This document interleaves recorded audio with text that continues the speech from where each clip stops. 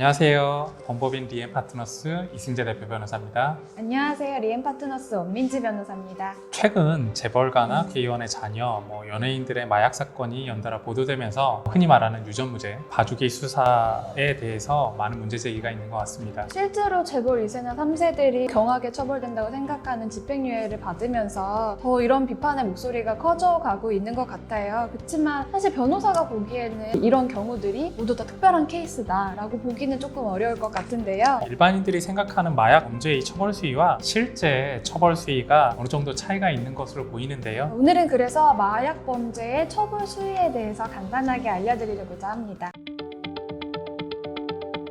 최근 크게 이슈되었던 사건들을 잠깐 짚어보면요. 박유천 씨의 전 여자친구인 황하나 씨의 경우에는 1심에서 징역 1년에 집행유예 2년, 그리고 박유천 씨는 징역 10월에 집행유예 2년이 선고됐습니다. 그리고 대마 밀반입, 그리고 흡연 혐의를 받고 있는 CJ그룹의 장남 이 씨는 검찰로부터 5년을 구형받았는데요. 집행유예를 선고받은 두 사람의 사례가 연예인이고 유명인이라서 경한 처벌을 받은 것으로 볼 수도 있겠지만 실제 처벌 수위를 따져봤을 때는 반드시 그렇다고 보기는 어렵습니다. 두 사람은 일반 마약사범에 비해 투약 횟수가 많다고 보기는 어려울 것 같고요. 실제로는 1심 선고까지 3개월에서 6개월까지 수감 생활을 했기 때문에 처벌 수위가 낮다고 볼 수는 없을 것 같습니다. 실제로 일반 마약사범도 초범이거나 죄질이 너무 불량한 경우가 아니라면 집행유예 선고가 되는 경우도 다수 있습니다. 중독성이 나고 비교적 사회적으로 끼치는 해악이 적다고 판단되는 마약의 경우에는 대표적으로는 대마 같은 경우가 이런 경우인데요. 대마의 경우하고 중독성이나 사회적으로 끼치는 해악이 크다고 판단되는 필로폰 같은 경우는 처벌 수위가 매우 다릅니다. 변호사님, 구체적으로 어떻게 다를까요? 예를 들어서 의료용으로도 쓰이지 않는 강한 약물인 LSD 같은 경우는 기본적으로 단순 투약이나 소지의 경우에 있어서도 1년에서 3년 사이에 실형이 선고될 수도 있습니다. 하지만 의료용으로 쓰이고 또 모용이나 남용의 우려가 높은 약물인 졸피뎀, 프로포폴 같은 경우는 대법원 양형 기준에 따르면 8월에서 1년 6월 정도의 형이 선고될 수 있고 대부분 집행유예가 선고되는 게 일반적입니다. 마약은 사실 판매나 투약 자체가 좀 밀행적으로 이루어지기 때문에 적발하기가 쉽지 않잖아요. 보통 이런 마약 수사는 어떻게 이루어지나요? 수사기관에서도 적발의 어려움 때문에 보통 적발되어 체포된 사람들로 하여금 어디서 마약을 구매했는지 혹은 어떠한 사람과 함께 투약했는지 등을 집중적으로 조사를 해서요. 흔히 말하는 공범들 또는 상선들을 체포하는 식으로 대부분의 수사가 이루어집니다. 특히 마약 범죄 같은 경우는 공범들에 대해서 수사에 협조한 경우에는 수사협조 확인서, 공적도서 같은 거를 적어주기 때문에 자신의 형량에 대해서는 도움이 많이 될 수가 있죠. 하지만 이와 같은 방식으로 수사가 이루어지기 때문에 자신의 형량에 도움을 받기 위해서 일부 사람들은 무리하게 공범을 만들기도 합니다. 본인이 체포되지 않았다 하더라도 함께 투약한 사람에 의해서 언제든지 수사기관에 적발될 우려가 있기 때문에 마약 범죄를 저지를 경우에는 특히 주의하실 필요가 있을 것 같아요.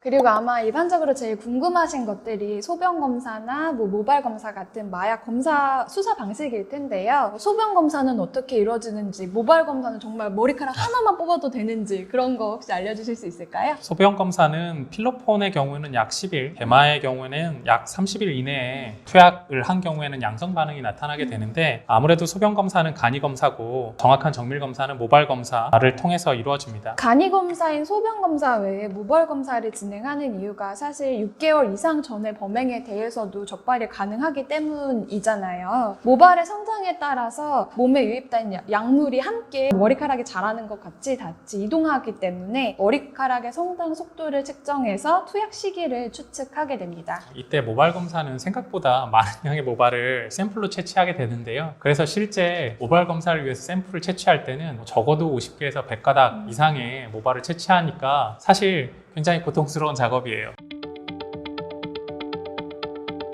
사실 많이 문제가 됐었던 거잖아요. 뭐 탈색을 여러 번 하면 적발이 되지 않는다. 남 하나도 모발에 남지 않는다. 그런 얘기들이 있었는데요. 상당히 시간이 경과된 과거 사건의 경우에는 아까 말씀드린 소방 검사는 불가능한 경우가 있고 모발 검사만 가능하기 때문에 아마 몸에 있는 모든 채모를 제거한다면 뭐 어려워질 수는 있겠죠. 하지만 이런 사실들이 반대로 불리한 증거가 되실 수도 있습니다. 소변 검사 및 모발 검사는 투약 사실을 입증하기 위해 사용하는 수많은 증거 방법 중에 하나일 뿐이에요. 함께 투약한 공범의 진술이나 아니면 휴대폰 포렌식 결과 등 여러 가지 증거에 의해서 유죄 혐의가 입증될 수 있기 때문에 반드시 채모를 통해서만 유죄가 입증되는 건 아닙니다. 하지만 물론 채모에 의한 이런 마약 검사 같은 경우는 결정적인 증거는 되겠죠. 지금까지 많은 분들이 궁금해하시는 마약 사건에 대해서 알아봤습니다. 오늘 이 영상을 통해서 사법제도에 대한 불신이나 궁금증이 조금은 해소됐기를 바라봅니다. 오늘 살펴봤듯이 마약 사건의 경우는 마약의 종류나 사건의 구체적인 내용에 따라 가지고 구속수사 또는 불구속수사, 실형에서 집행유예까지 실제 처분이나 재판의 결과가 매우 다양하게 이루어집니다. 따라서 이렇게 위험한 마약 사건의 경우에 있어서는 아무래도 전문가인 형사 전문 변호사의 도움을 받으시는 게 좋을 것 같아요. 궁금한 사항들은 댓글이나 저희 홈페이지 전화를 통해서 문의 주십시오. 저희는 다음 시간에 더 재밌는 주제로 찾아뵙겠습니다. 감사합니다.